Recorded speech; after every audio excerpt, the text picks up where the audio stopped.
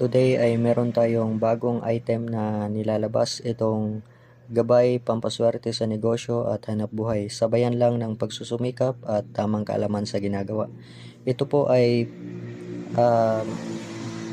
mga banal na sulat, mga formula na dadalhin lang palagi ng tao. Ito ay babasbasan ko at dadasalan bago ipapadala sa bagong magmamayari.